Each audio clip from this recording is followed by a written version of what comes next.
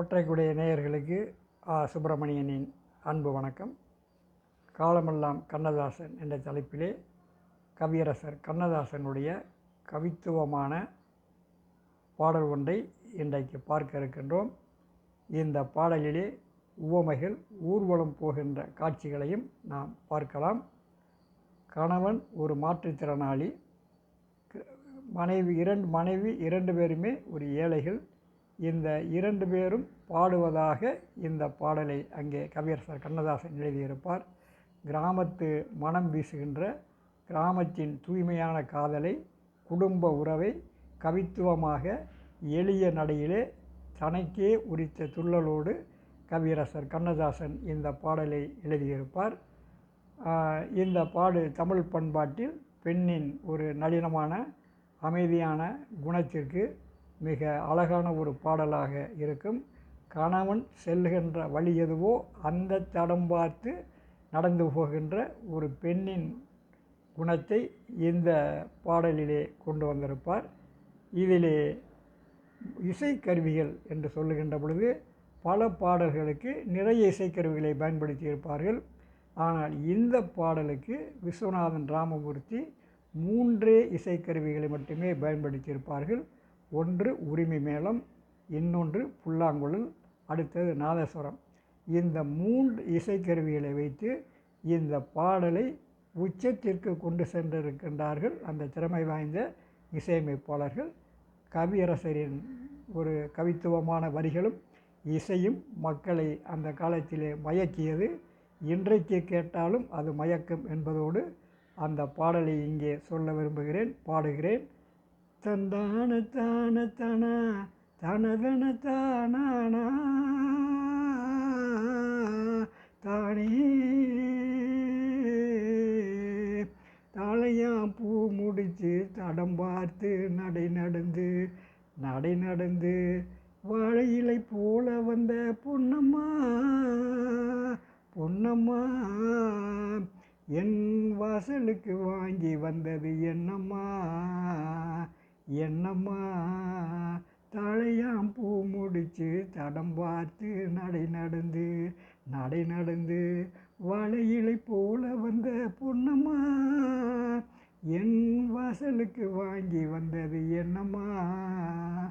பாலை போல் சிரிப்பு இருக்கு, பக்குவமாய் குணம் இருக்கு ஆளழகம் சேர்ந்திருக்கு கண்ணையா இந்த ஏழைகளுக்கு என்ன வேணும் சொல்லையா இந்த ஏழைகளுக்கு என்ன வேணும் சொல்லையா தந்தான தானே தானானே தாயாரின்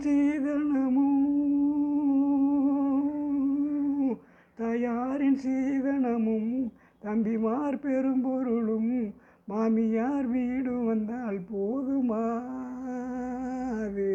மானாபிமானங்களை காக்குமா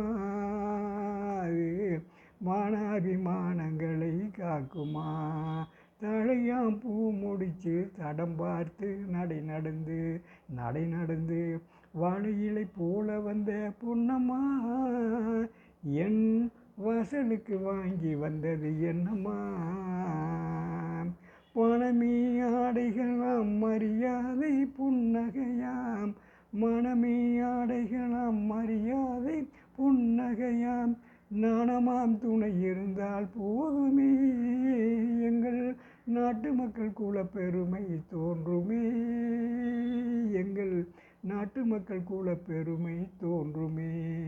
பாலை போல் சிரிப்பு இருக்கு, பக்குவமாய் குணம் இருக்கு ஆளழகும் சேர்ந்திருக்கு கண்ணையா இந்த ஏழைகளுக்கு என்ன வேணும் சொல்லையா இந்த ஏழைகளுக்கு என்ன வேணும் சொல்லையா.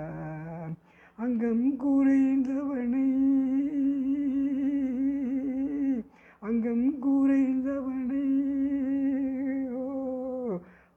குறைந்தவனை அழகில்லா ஆண்மகனை மங்கையர்கள் நினைப்பதுண்டோ பொன்னம்மா வீட்டில் மனம் பேசி முடிப்பதுண்டோ சொல்லம்மா, மனம் பேசி முடிப்பதுண்டோ சொல்லம்மா. மண் பார்த்து விளைவதில்லை, மரம் பார்த்து படர்வதில்லை. மண் பார்த்து விளைவதில்லை, மரம் பார்த்து படர்வதில்லை. கண்ணியரும் பூங்கொடியும் கண்ணையா, அவர் கண்ணிலே களங்கமுண்டோ சொல்லையா, அவர் கண்ணிலே களங்கமுண்டோ சொல்லையா. பாலை போல் சிரிப்பு இருக்கு, பக்குவமாய் குணம் இருக்கு, ஆளழகும் சேர்ந்து இருக்கு கண்ணையா. இந்த இலைகளுக்கு என்ன வேணும் சொல்லையா, இந்த இலைகளுக்கு என்ன வேணும் சொல்லையா.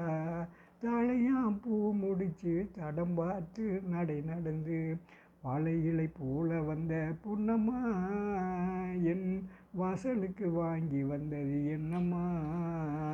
இந்த பாடலிலே பெண்ணை தாளையாம் பூ முடித்து தடம் பார்த்து நடை நடந்து என்று சொல்லுகிறார். தலையிலே தாளம்பூவை சூடி கணவன் நடக்கின்ற அந்த குடும்ப உறவிலே கணவன் எப்படி நடக்கின்றானோ அதுபோல் அவனை பின்பற்றி நடக்கின்ற பெண் என்று இங்கே கவியரசர் கண்ணதாசன் சொல்லுகிறார். அந்த பெண்ணை வாழை இலைக்கு ஒப்பிடுகிறார். வாழை இலை போல வந்த பொன்னம்மா என்று அங்கே வாழை இலைக்கு உவமைப்படுத்துகிறார். இந்த வாழை இலை என்பது பச்சையாக குளிர்ச்சியாக கரையில்லாமல் இருக்கும். அதிலே லேசாக ஒரு சிறு கரைப்பட்டாலும் துடைத்தால் அது அப்படியே போய்விடும்.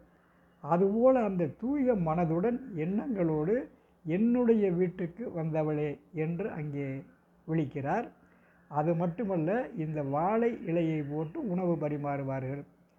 இந்த வாழை இலை ஒரு செழிப்பை குறிக்கின்ற, வாழை மரம் ஒரு செழிப்பை குறிக்கின்ற ஒரு மரமாக இருக்கின்றது.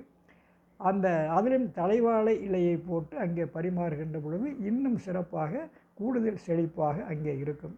கணவனின் வறுமை நிறைந்த அந்த வீட்டிற்கு வாழ்க்கையில் செல்வை செழிப்பை, வாழை போல செல்வை செழிப்பை தர வந்தவளே என்று இங்கே அந்த வாழை இலையை இந்த ஊமைப்படுத்துகிறார் என்பது இங்கே சொல்லுகிறோம். அந்த பெண்ணினுடைய சிரிப்பிற்கு, மனைவியினுடைய சிரிப்பிற்கு பாலையை காட்டுகிறார், பாலையை ஊமைப்படுத்துகிறார். அந்த பாலை சிரிப்பு என்று சொல்லுவார்களே, தென்னம்பாலை வெடித்தது போல என்று அந்த தென்னை மரத்திலே அந்த பாலை அப்படியே உரை போட்டு மூடி இருக்கும். அந்த உரை வெடிக்கின்ற பொழுது உள்ளே இருந்து அந்த வெள்ளை வெளியேறுகின்ற அந்த பூக்களும் மனமும் மிக சிறப்பாக இருக்கும். அப்படி அவளுடைய அந்த சிரிப்பு, பாலை போல் சிரிப்பு இருக்கு எனக்கு. ஆகவே பக்குவமாக குணம் இருக்கிறது.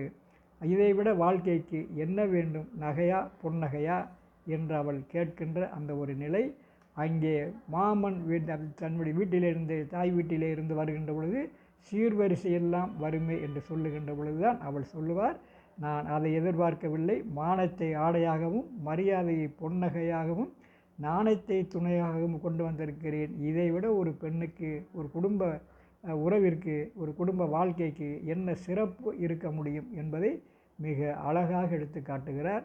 அது மட்டுமல்ல, அங்கே மண் பார்த்து விளைவதில்லை, மண் பார்த்து விளைவதில்லை, மரம் பார்த்து படர்வதில்லை என்று அங்கே சொல்லுகிறார்.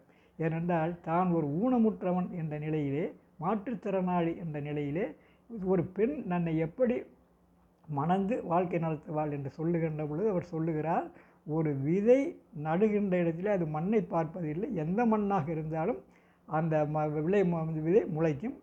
படர்கின்ற பொழுது எந்த மரமாக இருந்தாலும் படரும். அந்த படர்கின்ற பொழுது அந்த மரம் அந்த கொடியை இறுக பற்றி கொள்ளும், இந்த கொடியும் அந்த மரத்தை இறுக பற்றி கொள்ளும். ஆக இதுதான் அந்த வாழ்க்கையின் தத்துவம். ஆகவே அங்கே அந்த மண் பார்த்து விளைவதில்லை, மரம் பார்த்து படர்வதில்லை. ஆகவே நீ உன்னுடைய நிலை பார்த்து நான் உன்னை மணக்கவில்லை, உன்னுடைய குணம் பார்த்து நான் உன்னை மணந்திருக்கிறேன் என்பதை மிக அழகாக தெளிவாக உவமைகளோடு இந்த பாடலை வடித்திருக்கின்ற கண்ணதாசனை இந்த நேரத்தில் இணைத்து பார்ப்போம். நன்றி, வணக்கம். அடுத்த ஒரு பாடலை நாளைக்கு பாடுகிறேன் உங்களிடம். நன்றி, வணக்கம்.